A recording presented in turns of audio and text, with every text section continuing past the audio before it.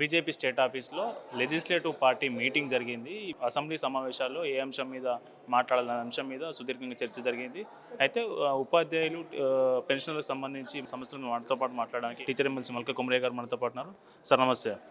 Sir, పెన్షనర్లు కావచ్చు, ఉపాధ్యాయులు కావచ్చు, వివిధ సమస్యలతో ఇబ్బంది పడుతూ ఉన్నారు. పెన్షనర్లు అయితే దాదాపు వాళ్ళ బకాయిల కోసం చాలామంది నిరాహార దీక్ష చేస్తూ ఉన్నారు. వాళ్ళ సమస్యల మీద ఏం చెప్పబోతున్నారు సార్ మండలిలో? టీచర్స్ ఇష్యూలో పేమెంట్స్ సమస్య అట్లే ఉంది, ఇది కంటిన్యూ అవుతుంది. కాబట్టి కొంతవరకు ఏదో కొంత పేమెంట్స్ అయినాయి, కానీ మేజర్గా డిఎల్ పెండింగ్ ఉన్నాయి. రిటైర్డ్ అయిన తర్వాత గ్రాట్యుటీ రావట్లేదు, హెల్త్ ఇన్సూరెన్స్ లేదు. అంటే టీచర్స్కు చాలా ఇష్యూస్ ఉన్నాయి. అవన్నిటి మీద ఇప్పుడు కౌన్సిల్లో మాట్లాడబోతున్నాము. పార్టీ తరఫున కూడా డిసైడ్ చేశారు. అన్ని ఇష్యూస్ టీచర్స్కి ఏవైతే ఉన్నాయో, ఎంప్లాయీస్కు, టీచర్స్కు, ఆ ఇష్యూస్ అన్నీ మాట్లాడాలి. అది ఇష్యూస్ చాలా అట్లే ఇప్పుడు 5 DAs పెండింగ్ అయిపోయినాయి. తర్వాత అన్ని ఇష్యూస్ కూడా పిఆర్సీ ఇవ్వలేదు.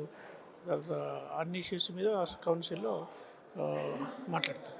సార్, 317 జీవోకి సంబంధించి కూడా చాలామంది వాళ్ళకి పూర్తి న్యాయం జరగలేదని టీచర్లు అంటూ ఉన్నారు. సార్, దీని మీద కూడా మాట్లాడబోతున్నారా? 317 కింద కొంతవరకు బెనిఫిట్ వచ్చింది, కొన్ని ట్రాన్స్ఫర్స్ అయినాయి.